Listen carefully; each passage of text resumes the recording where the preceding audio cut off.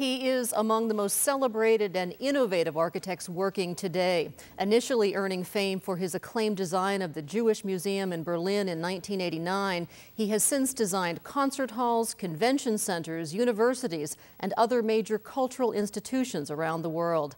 He is perhaps best known these days as the master planner of the new World Trade Center site. Good evening and welcome to today's Common Ground Lobby Talk, a conversation with Daniel Libeskind, which is sponsored by Penn State's Institute for Arts and Humanities. Mr. Libeskind is on the campus of Penn State to receive the Institute's second ever Medal for Distinguished Contributions to the Public Advancement of Arts and Humanities. In part, the Institute says he is an original mind and creative force, a public intellectual, and he is someone who has not forgotten the ethical dimensions of his work. Congratulations, and thank you so much for joining us today. Delighted to be here. Thank you. As the World Trade Center towers were attacked by terrorists and reduced to rubble, you were in Berlin, Germany, marking the opening of your first major building to the public. Tell us a little bit, what are your memories of that day? Well, it's a terrible coincidence because I lived in Germany. I'm an American. In order to build the Jewish Museum, it was a very difficult project, not because the building was difficult, because of its nature, to bring Jewish culture back to Berlin, across the turmoil of unification of Germany, all the things that were happening. And the museum, after 12 years of working on it, opened, believe it or not, exactly on that date, September 11, 2001. And it was the first day that the public was able to come to the building. And I remember I went back to our office that morning, because it was in the afternoon in Berlin when it happened in the morning in New York. And I said, you know, this is the first day I don't have to think about this part of history, the Holocaust. You know, it's now open to the public. It's out of my hands. A new era has opened, you know, of optimism, of something good. And then I saw those devastating images on television, on the screens. And I remarked, not casual, but seriously, that I'm returning to New York, to Lower Manhattan. When I just saw those images, I had no idea why I said it, but I said, I want to be there. I went to school there. My father worked in Lower Manhattan, right around the site. My brother-in-law was an engineer in the Port Authority in those buildings. So I was determined in some way to come back to Lower Manhattan. And how strange that I indeed now live and work right at that site.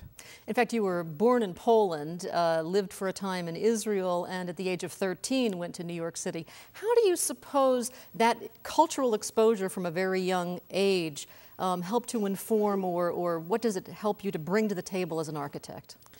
Well, first of all, I grew up under communism, under a totalitarian system. As a Jew, and proud of it, in Poland, under communism and anti-Semitism, a deadly combination. It was not easy for us to grow up, but we had values. My parents were Holocaust survivors. They taught us many things, my sister and I, and I think it taught me that you have to understand the world in a deeper way, that the Berlin experience taught me also that you have to be very patient, that architecture is not a sprint, it's a marathon. You have to be committed to something, and it's not just going to be overnight. Now, in 2002, you were originally recruited to judge the submissions for the memorial at Ground Zero, but because of scheduling conflicts, you were not able to do that. How did you come instead to enter the competition? That's a very funny story. I was so proud that I would be called by the Lower Manhattan Development Corporation to become one of the judges, not just for the memorial, but for the whole Ground Zero design.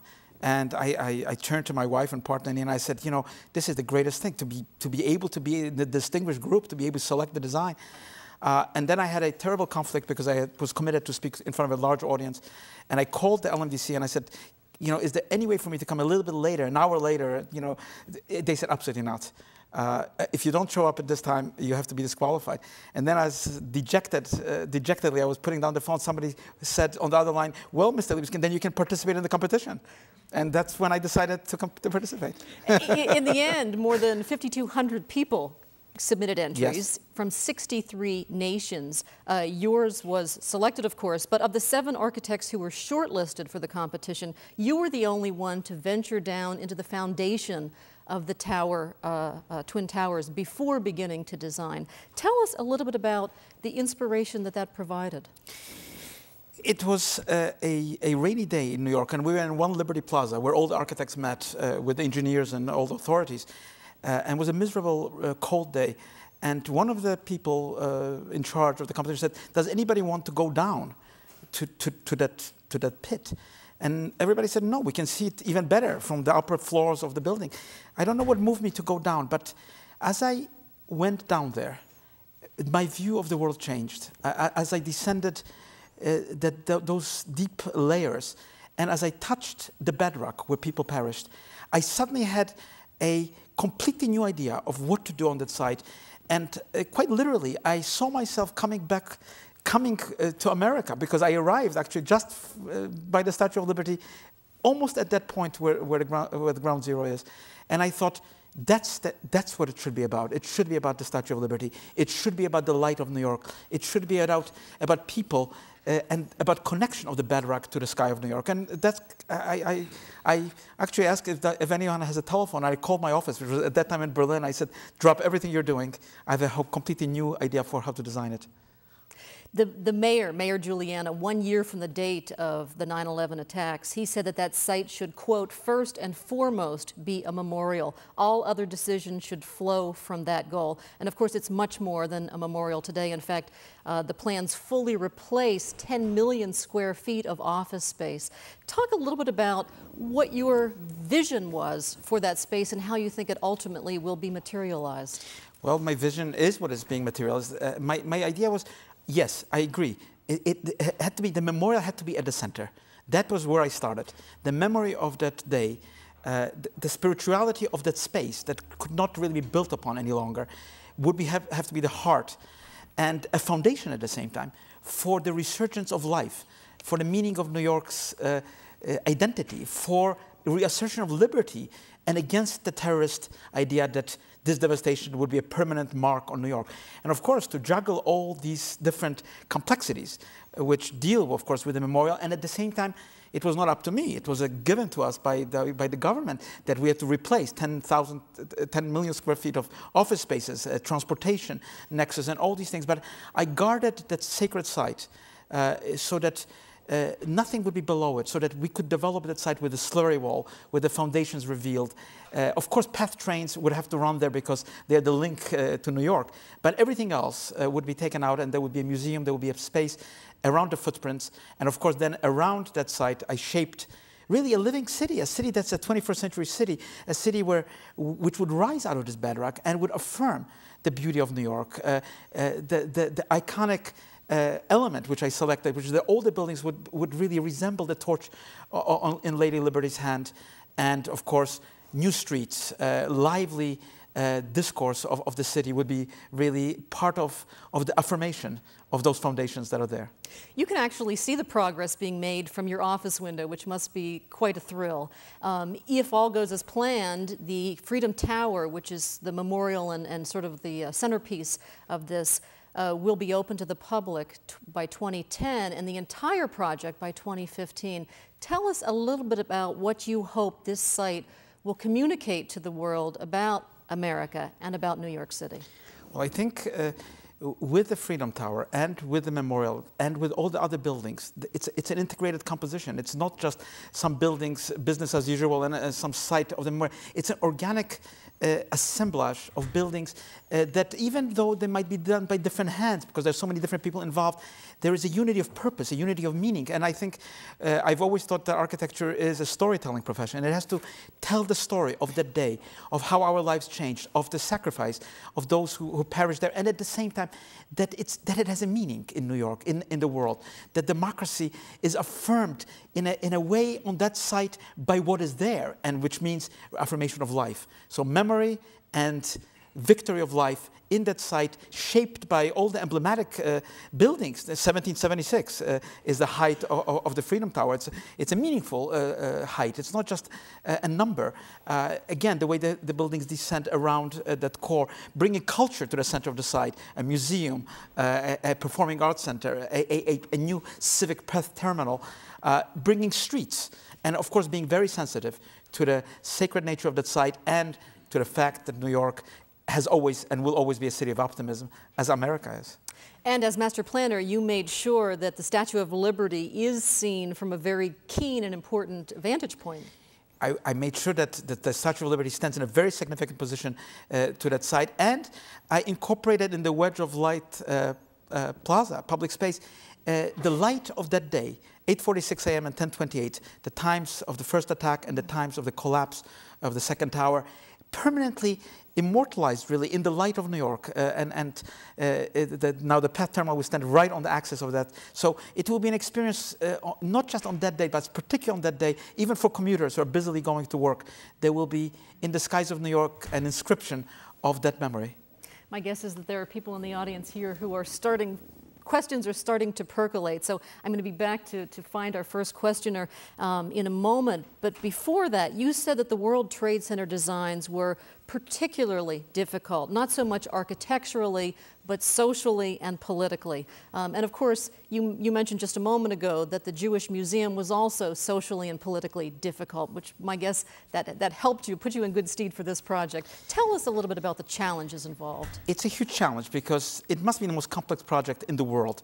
First of all, you have so many stakeholders. You've got the families of the victims. You've got the governor of New York, governor of New Jersey. You've got the mayor of New York. You've got the Port Authority. You've got investors with their money and their architects. And you've got the subways, MTA, and you've got really the city of New York and the world at the same time in that tight space.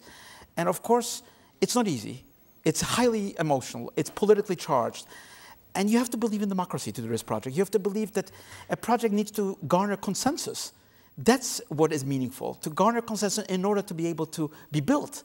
And one has to be ready to negotiate through that complex labyrinth of various interests and stay on that path to a project that really means something. And I've had always faith in this project. I believe in it deeply, and I think you will see the results very soon.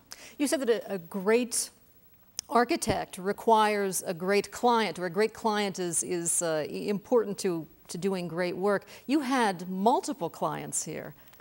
Well, my clients are the people of New York, are the people of America, are the people of the world who have seen these evil attacks as threats to democracy. And every New Yorker, every person who had passed me by on the street, and because I've appeared in the media, people approach me and they tell me something. And I've had thousands of people not just email me, write me, but stop me on the streets and tell me something. And everyone who has stopped me, in all honesty, has said very moving things to me about what they would like to see on the site, what that site means to them. And of course, that site means something to everyone, and to garner that passion and to be able to inscribe it in concrete and in glass and in the systems of New York is really the huge challenge, and I think we're on track. You've actually written a book which chronicles some of the politics and some of the disappointments of working on the World Trade Center in your memoir, Breaking Ground, Adventures in Life and Architecture. Can you tell us something about the book and what sparked you to write it, to put this in writing? Well, what sparked me to write it is people who stop me on the street and say, can you tell us more about this? What are you doing there, and why and what's happening here? So I decided to put it very rapidly on paper. But certainly it's a challenge, and you have to really put yourself into something of an adventure. It's not, I didn't get all the things I wanted. You have to compromise. You have to understand that architecture is an evolutionary art. It has to evolve on the basis of a powerful idea. But I'm always moved when I look at St. Paul's Church, which is right at the Wedge of Light Plaza. I incorporated actually into the composition.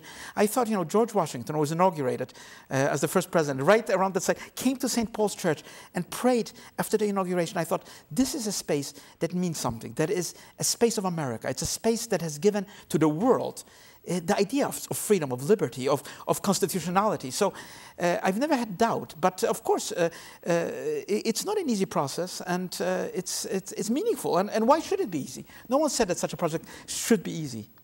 Can you tell us what in the negotiations you were most insistent upon and what you are most proud remains, and what was most difficult to give up? Well, we used to argue about where buildings should stand, or should the memorial be this big or that big. I'm most proud that the composition is as intact as it is, that the memorial and the public spaces are almost half of that 16-acre site I devoted to public spaces. I thought it has to be public, it has to be accessible and open. So I fought for as much public space, and for streets, bringing back the streets, Fulton Street, Granite Street, so that people have access to the site. I fought for the emblematic significance. I fought for the meaningful identity of the memorial, for the slurry wall, for the waterfalls. I fought for the Freedom Tower, that it should ascend towards the Hudson River, towards the Statue of Liberty, with its emblematic height and with its platforms in the old Trade Center heights, so that you could see where they were. But it's not exactly the Freedom Tower you had envisioned. Well, I'm the master planner of the site. I'm not the architect of that particular tower. But of course, as a master planner, my responsibility is to shape that tower in a way as an urban element. And of course, to work on a city scale is a big work, because it's not an instant, it's not about this window or that window. It's about the larger complexity of a city shaped. And of course, it's not something done for the next 10 years or 15 years. It's for the future of New York, for the next hundreds of years. So to answer your question, we used to fight and argue over big things, and now we are arguing over inches. You know, make the street 2 more inches wider. Can you put this building slightly? Can you make the facade of this building less glaring? So again, we are now really in a very different phase of the project, and yet, of course, it's always as compelling as it always was on every level. You said a moment ago that an architect is a marathon runner, not a sprinter. Using that metaphor, how do you pace yourself in a project that literally can take 10, 15 years? You have to be a believer. You have to be a believer, and you know, there are forces pulling you to left and right, trying to get you, you know, you have to stay on a certain course and not to be derailed from that course. And what is that course? I think of the Statue of Liberty. I think of what that site means. I think of what it means to every one of those stakeholders, and how to reconcile the often very divisive interests of the different parties and bring them together so that something can be built. And that's the nature of a city, is coming together. It's a community binding together. And of course, that involves a tremendous effort. Not all of it is in drawing. Sometimes you have to show up at many meetings, discuss, have very tough conversations, fights. But you have to be prepared to do that. And you're right, it's a marathon. It's not this day and next day. It's staying there for the long run. And that's what my parents taught me, by the way. They said, you know, good things take a long time, take a huge commitment, and they're difficult, and that's what you should be prepared for. Speaking about drawings, you are not a big fan of computers. In fact, you say computers plague architecture, and they're way too apparent in too many buildings around the world. Talk a little bit about your style of designing, which is often with models and pen and paper. Well, that's certainly true. We have many computers in our studio in New York, you know, and many experts, and we use the latest technologies, of course. But I am a believer in the tradition of architecture, which starts, first of all, with a spiritual idea. It has to start with an idea, with a vision. It cannot be just generated by playing games on a computer, as too many buildings are today, by, you know, just shapes that emerge accidentally or randomly or chaotically. So I am a believer that architecture is a civic art. It's an art on a civic scale, because it's not only for this person, that person, it's for everyone. It's on the horizon. It has to be sustainable. It has to really work in the long range, and it has to mean something to children which were born way after these attacks, for whom this site will have to tell the story in its urban form, in its architectural form. And that's why I do what I do. I think about it in the way architects thought about it really for hundreds and maybe thousands of years.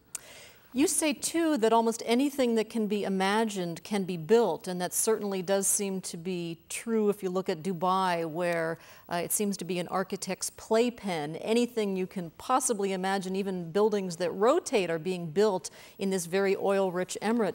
Do you really believe that? Almost anything we can imagine can be built? There is truth to that. We can. We have the capacity. But should we build only what we imagine, or should we build what somehow belongs, what is rooted, often in a less visible realm, not so apparent? And I thought about these things. The traces of the things that are not maybe most obvious have to be also expressed in architecture. And architecture is not an abstract art, as far as I can see it. It's not just the inventions of the mind. It's an emotional relationship. It's a public art. And in that sense, it has to be expressive. Just like music. If it doesn't express anything, it's just a bunch of notes randomly put together by an electronic computer. If it's a Beethoven, you know, violin concerto, it's not about the notes themselves, it's about the impact of that idea that is at the core of the human soul and communicates to the human soul. And I think that's no different from architecture.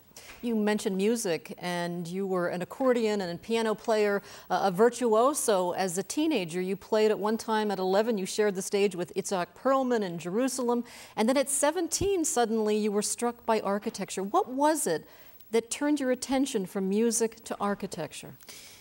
You know, it's not an easy question to answer because it's nothing really apparent. You know, kind of you drift with your interest and I was always interested in mathematics and in drawing and in art and music. And I still think they belong together. I don't think I've given up music, even though I'm no longer performing, you know, in concerts. But architecture is musical on the very simple level that an acoustics of a public space have to be good. So the inner ear is still the instrument of orientation much more than the eye. And certainly the harmonies of architecture do relate in their proportions to the notion of our integration into greater realms than the obvious ones. And certainly music is part of my work. I just wanted to talk for a moment ago about one of your buildings that does have, you say it's a musical composition. I'm referring to your work in, I believe it's Switzerland. So music is part of the buildings. You can actually see music in some of the buildings you've designed. You can, and you know, there is an old relationship. You know, the Pythagoreans believed that proportions of strings and vibrations are the same proportions as the geometric proportions of space. And certainly geometry and the precision of music are very similar. Music is almost completely mathematical. The vibrations have to be exact, not approximate, just like in architecture. And there is a tie that through those means, you really reach beyond the techniques that you have available, beyond, you know, the glossiness of a building, or the building tells you something. It's a message, so to speak, from beyond to be transmitted to someone else. And without being mystical about it, I think music and architecture certainly share a huge tradition. Great buildings that we all love have musical proportions in them. So, yes.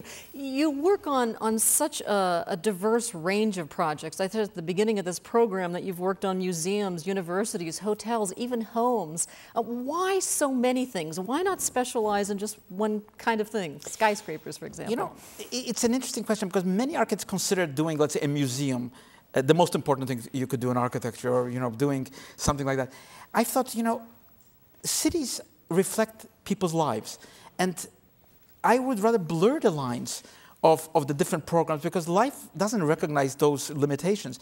And so the way we live, whether we work, where we play, where we go to school, where we go to be educated, where we go to a church or a synagogue or an office building or to a museum, should be integrated in the vision of a city. And I think that's the ultimate work of art, is the city itself, composing the city with beautiful buildings that give the kind of dignity to people's lives that is right for architects to do. So therefore I am involved in building you know, housing and programs that many architects perhaps find too pedestrian, but I don't think there is anything pedestrian about shopping, about living.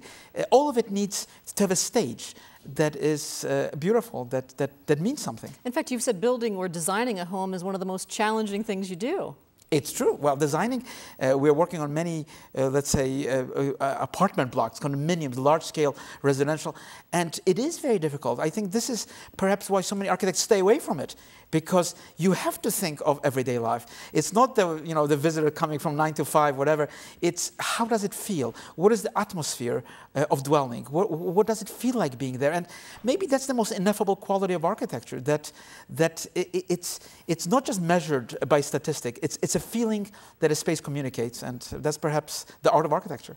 I want to talk a little bit about and show some pictures of the Jewish Museum in Berlin. This is the building that really put you on the map. Because of its unique design, it attracted public and critical acclaim. In fact, 200,000 people visited this space in the first 2 months. We're talking about an incredible presence. This was a building that you designed at age 54. Actually, it opened when I was 54. It was my first building. I never designed a building before. Even though I was trained as an architect, and I always consider myself an architect, you know, I didn't take the conventional route through architecture. I didn't get a job in an office. I did for 1 or 2 days, and I said, you know, it's not for me. I don't really enjoy this kind of atmosphere of these offices. So I thought, man, if I'm lucky, I'll be able maybe to do architecture on another sort of path, oblique as it was. And I was very lucky to win the competition for what was then to become the Jewish Museum. But that was the easiest part. Winning a competition is very, very easy. Getting something built that has that content is the most difficult thing. And perhaps this first building taught me in one compressed lesson many things about what to fight for, never to give up. And by the way, the Jewish Museum at one point across the German unification, the turmoils of what's happening in Berlin, was actually scrapped by a unanimous vote of the Berlin Parliament. They said, we don't need the Jewish Museum. We don't have money. We need to fix roads. We need to build other facilities. We don't need to think about Jewish history right now. But I fought for that building, and it looked hopeless, you know, to go against a unanimous government decision, which says there's a public project. But you know, sometimes you can take on City Hall. And you've since built a number of Jewish museums. I want to get back to that in a moment, but we have a question on this end of the room. Go ahead. Yeah, I was recently in Denver and visited the art museum, which I loved. But as you probably know, there's some criticism within the artist community that the building is not hospitable to actually hanging the art. A lot of the curves and the slants of the roofs and whatnot. And my question is generally, how do you balance that? The practicality of what you need to do with a building, with the artistic vision, and is there a role that you might see for the architect to perhaps push those boundaries some? First of all, I want to say that most of the artists that I've met and almost unanimous curators of art at the Denver Art Museum love the building. They think it works perfectly with their collections and what they want to do with art. I didn't invent these galleries out of my own whim. I worked very closely with the curators, with the artists, whose installations you see on the walls and inside of spaces. Of course, the museum isn't meant to be a neutral box. That was not the program given to me by the Denver Art Museum. They never wanted a museum like other museums. They wanted a museum that had that pioneering spirit of the West. They wanted a museum that had an identity for 21st century art, for Western art. And they wanted a museum that is dramatic and will reshape the image and the content of how people relate themselves to art. And I think, of course, there are controversies. That's part of doing anything that is even slightly new.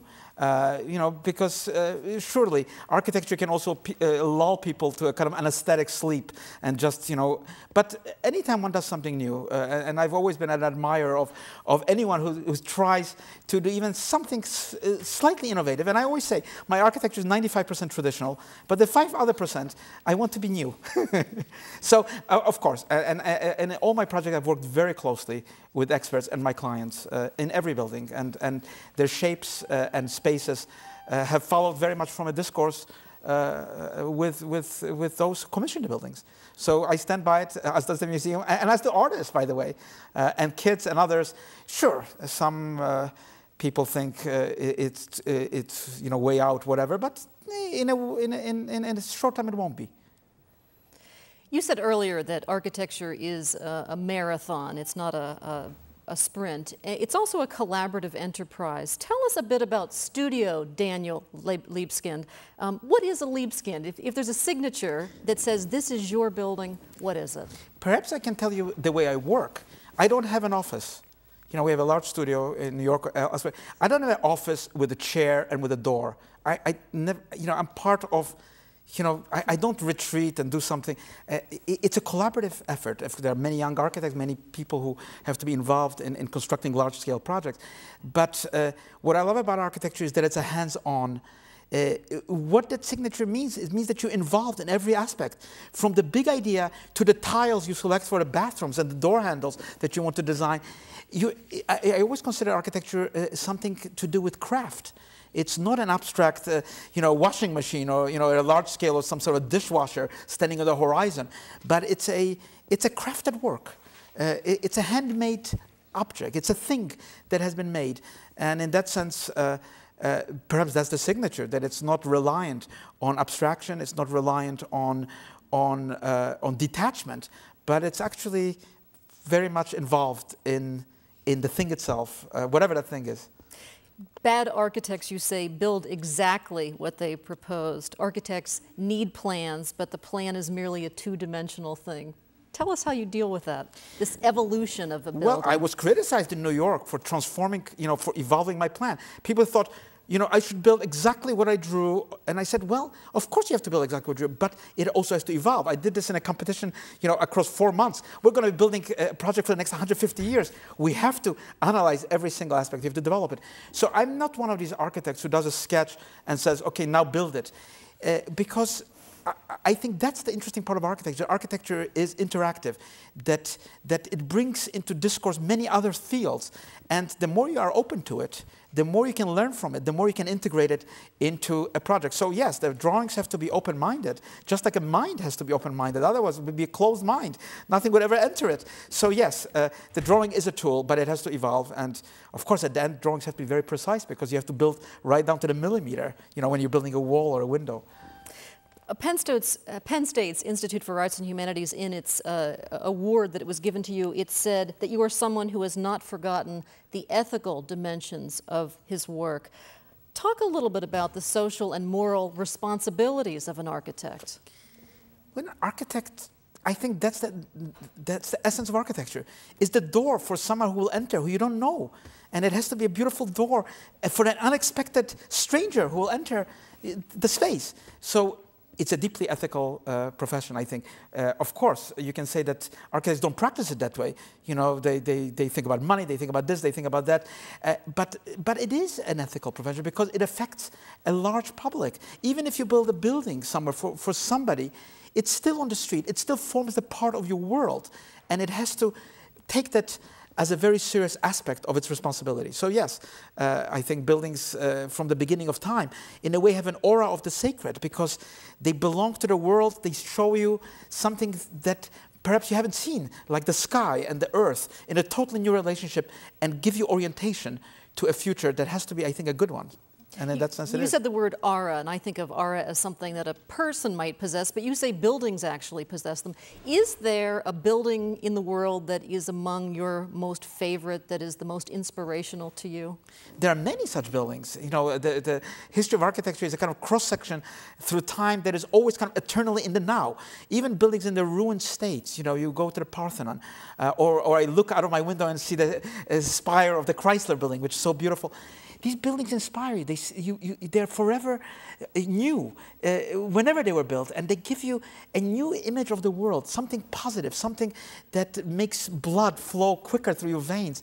And I think that's the contribution that architecture can make. It's just like all the other arts, except it's an art that brings them together. And not by coincidence that the Greeks and others, ancient civilizations, China, India, everywhere, thought that architecture is divine. It is dependent on the divine because it's in the space of the world, and it's also in the space which you don't see, which are the foundations, deep below. And it's about stability. In a world which is always accelerating, changing, dynamic, it gives us stability to the world. We often don't appreciate it. The architecture is static, and it has to be at the same time something that inspires us, that moves us, that is dynamic, and yet it's our home. All right, I think we have another question over here. Actually, you've hit on the question, just as I was about to ask it. I was going to ask you about the spirituality of some of these projects that you've been involved in. Is it difficult to work on a project like the new tower with so many people who have so many different faiths involved?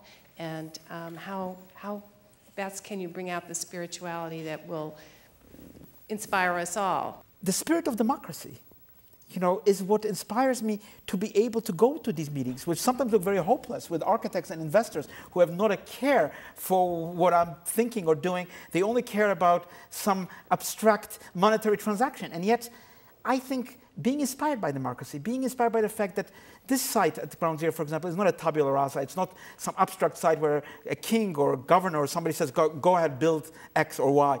It's right in the midst of that marketplace, and yet it is a sacred ground at the same time. And I think that's democracy. Democracy is not just voting yes or no in an election. It's fighting for the values and things that we truly believe in. And I think that's what makes America such a great country and what makes New York such an exciting city.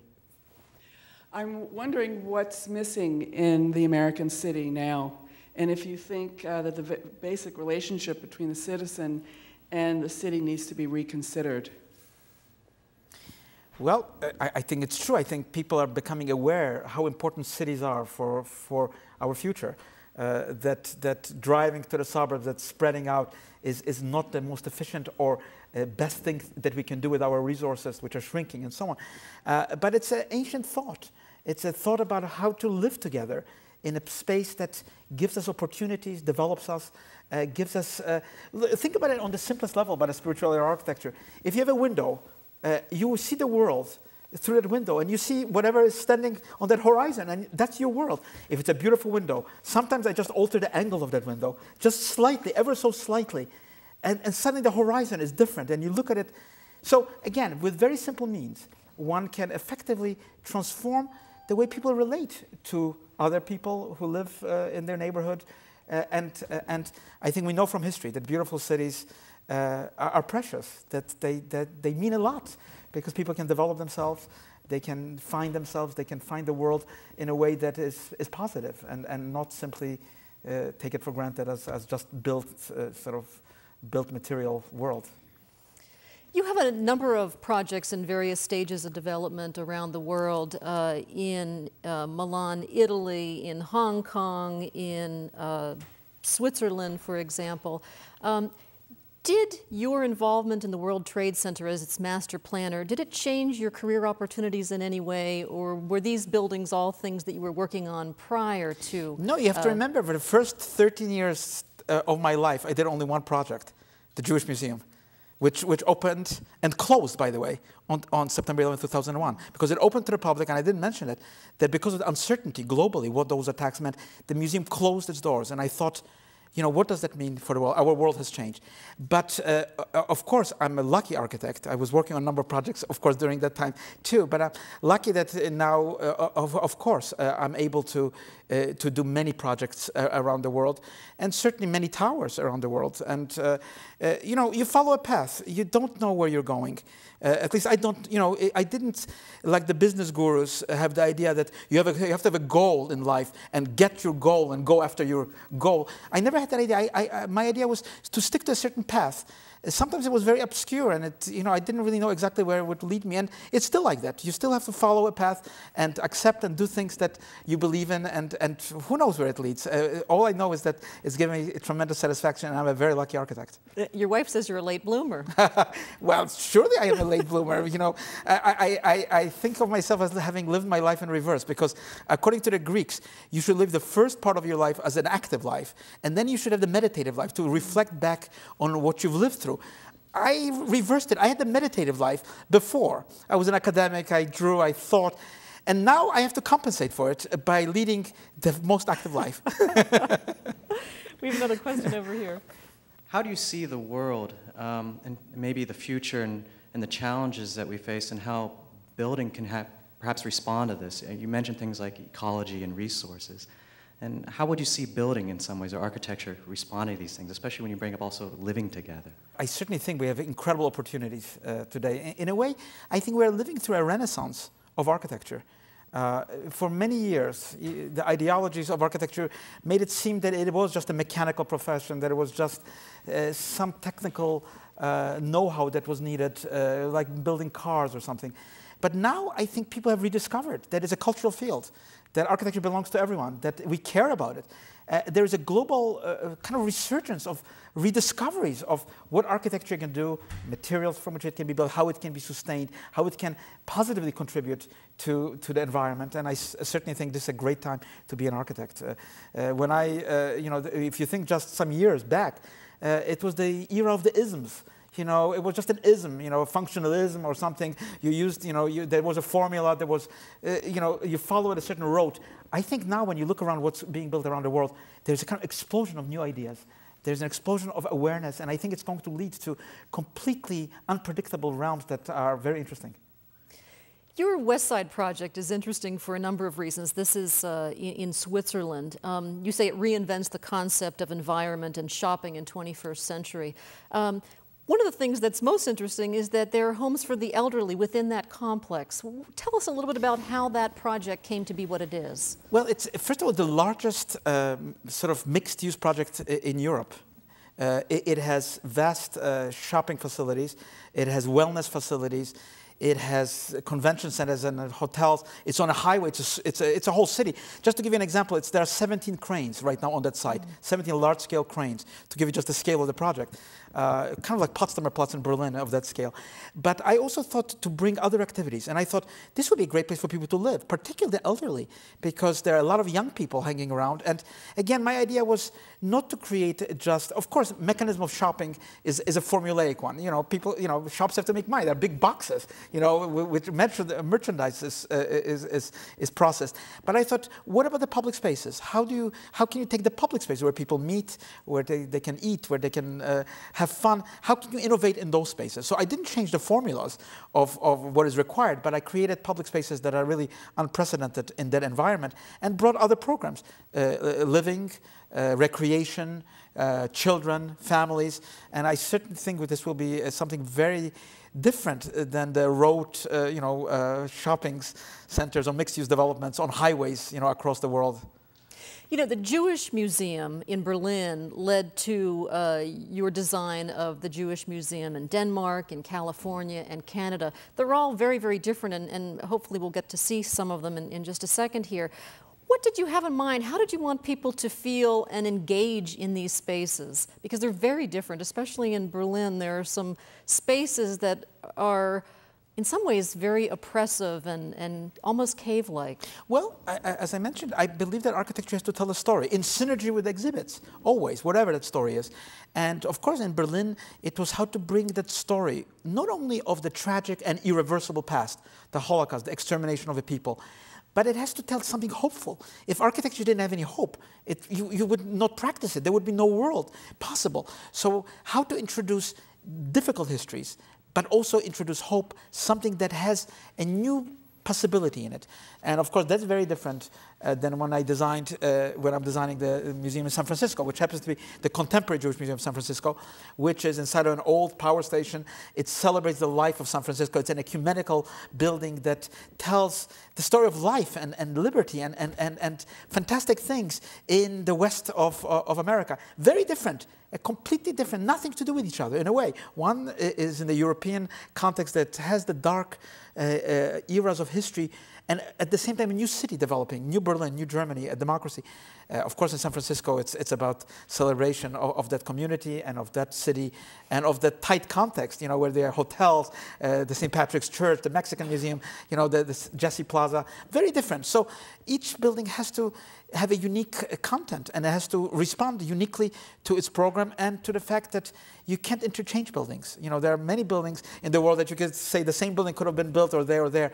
But I believe that each place is unique. It's irreversible. They work where they are. Wherever they are, they have to be unique because there is no such ground anywhere else on which they stand, and there's no such history as that particular land and sky in that place. I think a lot of people will be surprised to learn that you actually live in a very modest loft in Tribeca. Tell us a little bit about your own home. Well, it's a very small, New York is an expensive city, and we live very close to where we work. We're very fortunate. We can walk to work. But, I've always, throughout my life, I lived in rented apartments, actually. My parents were working people. They worked in sweatshops of New York. They were the quintessential Americans. But they lived well because they lived in social housing, for example, in the Bronx, where I grew up when I was an immigrant to America. So now we have a small space. It's not large, but I'm very lucky because you don't need a lot of space when you have the skyline of New York and you can look at it. You were appointed by the State Department as the first ambassador of culture for architecture. I'm wondering what that job entails. Oh, it's really a privilege more than a job. It's to be a spokesman, because the State Department has a program where artists, musicians, people in sports, promote a conversation with people across the world. And they introduced this new field, architecture, which was never part of the State Department's idea of.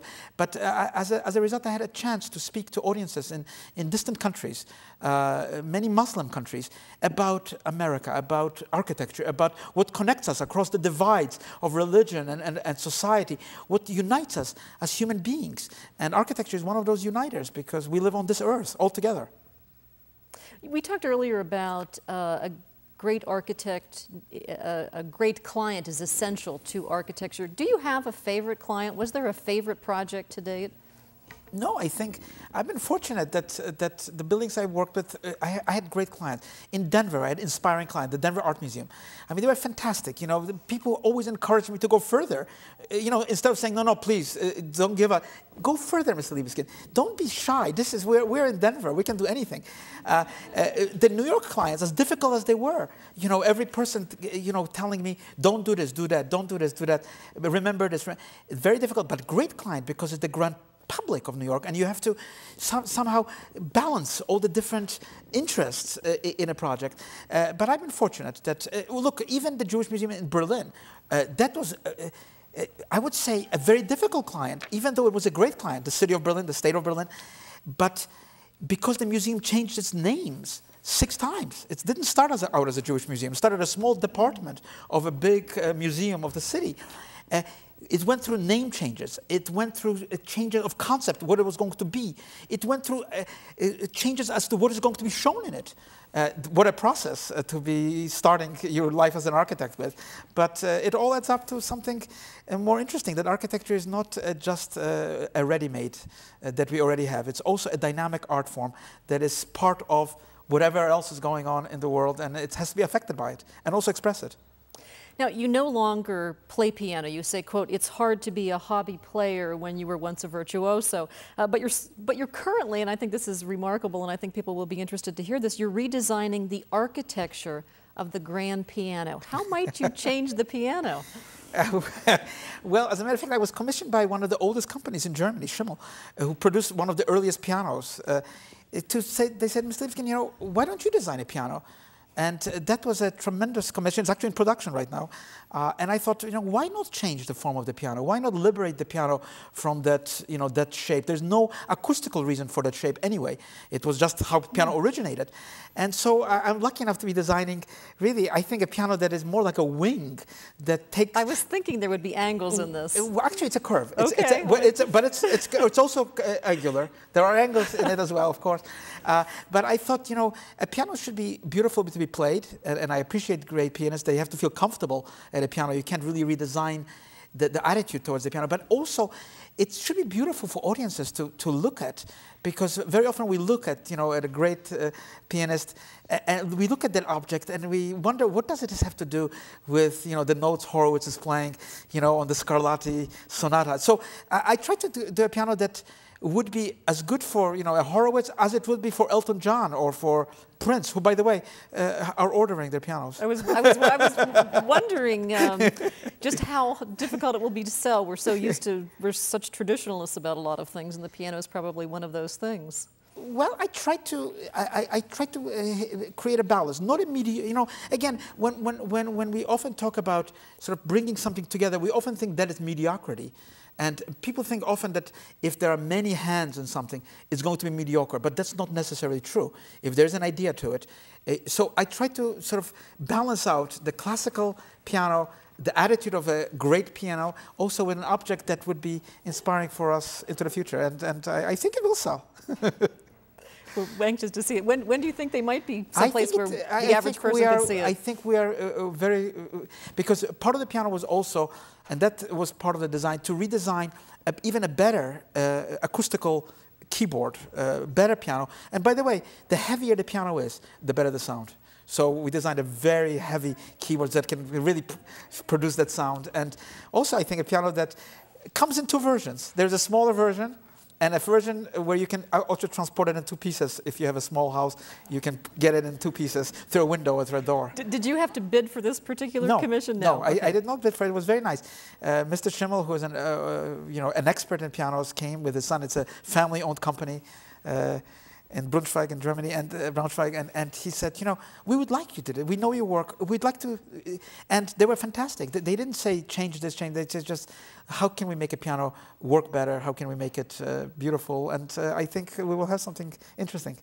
You said earlier that winning the competitions is not the hard part. Seeing them through, seeing the project through is, but you've won a lot of highly competitive bids in your career. Tell us a bit about the bid process. Sounds like it can be a nightmare. You know, architecture is a very competitive, there's something very competitive about it. I guess art in itself is a competitive, when you think of the Renaissance, you think of the competition between the various architects and artists for a building, for a design of a sculpture. It's always been a competitive field, and it's not an ugly competition, although sometimes it can get ugly, but it's a competition for an idea sometimes. And if you're fortunate to win, you are on a long road to convince others to build what initially seems to be an inspired idea, and how to negotiate and evolve it. But it's a thrill. It's kind of, it's not so different from marathon. I watch marathon runners. I'm not myself one of them, but I watch how they time themselves, how much stamina you have to have, what an incredible plan you have to have. You know, how to pace yourself, how to look at the others around you, and at the same time be completely fixated on the fact that you have to win, that you can't come in second. At least you don't want to. Studio Daniel Libeskind, you have offices in New York and in cities throughout Europe. Tell us something about the team that you surround yourself with. First of all, I have to say, otherwise it would be fraudulent, that I wouldn't be able to do what I do without my wife, Nina. She's my partner. She's not an architect, but she's my full partner, and she doesn't just do finances. You know, most people think, you know, Frank Gehry's wife works with him. You know, there are many couples that do architecture, but most of the wives maybe do something.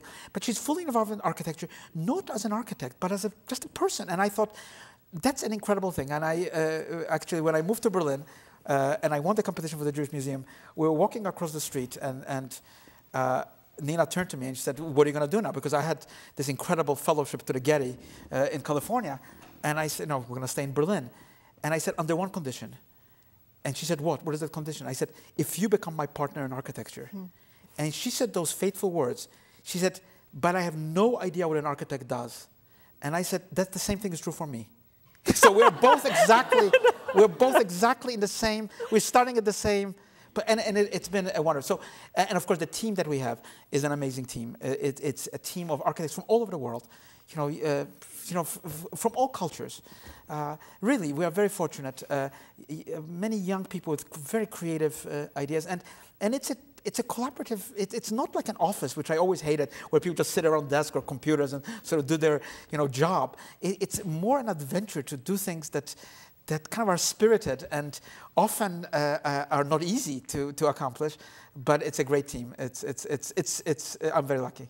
I think it's obvious to see just by watching you right here that you're a very optimistic person. In fact, in the difficult, you said even sometimes ugly days of the early days of planning for the World Trade Center, you said if you ever become a cynic, you're going to get out. It's certainly true. I would say that, and I've thought about it a lot, that you can be a pessimist almost in everything else in life. You can be a pessimistic politician. You can be a pessimistic writer. A composer who prefers the minor key. You can be pessimist as a poet, as a filmmaker, as an economist. But you have to be an optimist when you're building something, because the act of building itself is something that is to bring a better future. That's the faith you have in what you're doing. It's to promote a future. And so in that sense, I don't believe that architecture can ever attract a cynic, because it just wouldn't work. The buildings would fall apart very rapidly. You mentioned poetry, and in fact, you have written poetry. Fishing from the Pavement is a book of your poems. Can you tell us something about it? It's strange that I saw it really first published in the editorial pages of the Post that quoted, it's a very obscure small book that I wrote on a moment of sort of madness or inspiration, and it was many years ago. But sure, writing, drawing, all those things are part of tradition of making a building as well. You also create set designs for opera, so I'm just amazed at the number of different things that that you do or have done or been Well, part the of most your life? interesting set I think I was involved in when the Deutsche Oper in Berlin asked me to design first a set for Messiaen's and Francis of Assisi. And then they said, well, but we don't really want you to just design, we'd like you to direct the opera, which I agreed to do, which I did. And then they said, but we'd like you to conduct it. And that was a trick question, because when I looked at Messiaen's score, it would take me 6 years to just absorb that amazing piece of music. But I am fortunate to be involved in other things, because it's a lot of fun. And sometimes amidst the long range of architecture projects and the short range of designing a stage set for Wagner or whatever, you have so much fun, and you see kind of immediate results, although of course they are very, very ephemeral. How do you reconcile the idea, in many ways, the Jewish Museum in Berlin may be your crowning jewel, but your legacy will probably be the World Trade Center? Well, I hope that both those projects, but also other projects, because those two projects touch on very tragic events in totally different ways. They have nothing really in common with each other, except that at the center of those projects is thematized my greatest interest, which is memory. Because architecture is about memory. If we didn't have this importance of architecture as memory, we would lose our orientation. We would not know where to go to, what to do. We would become amnesiacs without any orientation. So to me, memory is the key to architecture. And of course, even buildings that seem on the surface to just celebrate art need to be memorable, need to inspire with the same notion. But certainly those two projects that you mentioned and some others do touch on events that are so deeply embedded in our collective communal psyches that they have their own importance and kind of destination. You are good friends with the famed architect Peter Pran at the University of Kentucky. He says of you, he comes up with new ideas no one's ever designed before. Very few architects are so creative. Just wondering how you respond to that.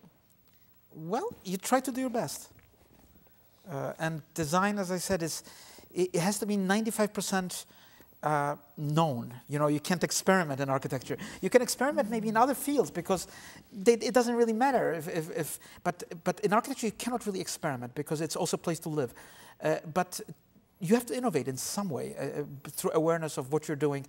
And you have to somehow... Look, there is, in the old Hasidic literature, which I love, and my mother came from a very Hasidic family, one of the rabbis says, at the end of every day, you should ask yourself a question. Did you reach a slightly better level of understanding of what you're doing, a slightly higher level of the spirit today? And if you answer no, then you haven't done the right thing that day. So I try to ask myself that question. After a laborious day of very prosaic things, I ask myself a question: did I do all I could today to make this the best possible day? And what advice would you leave for up-and-coming architects, students studying architecture right now? First of all, I'm not wise enough to give advice to anyone.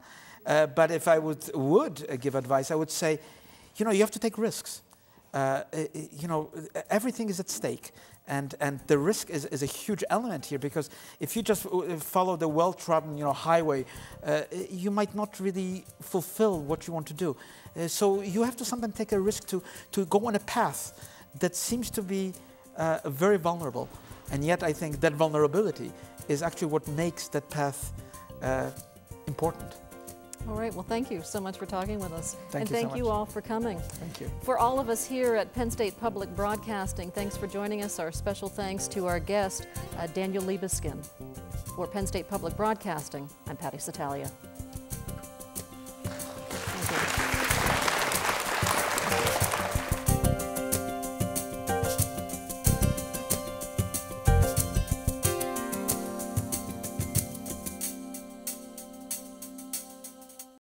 This has been a production of WPSU.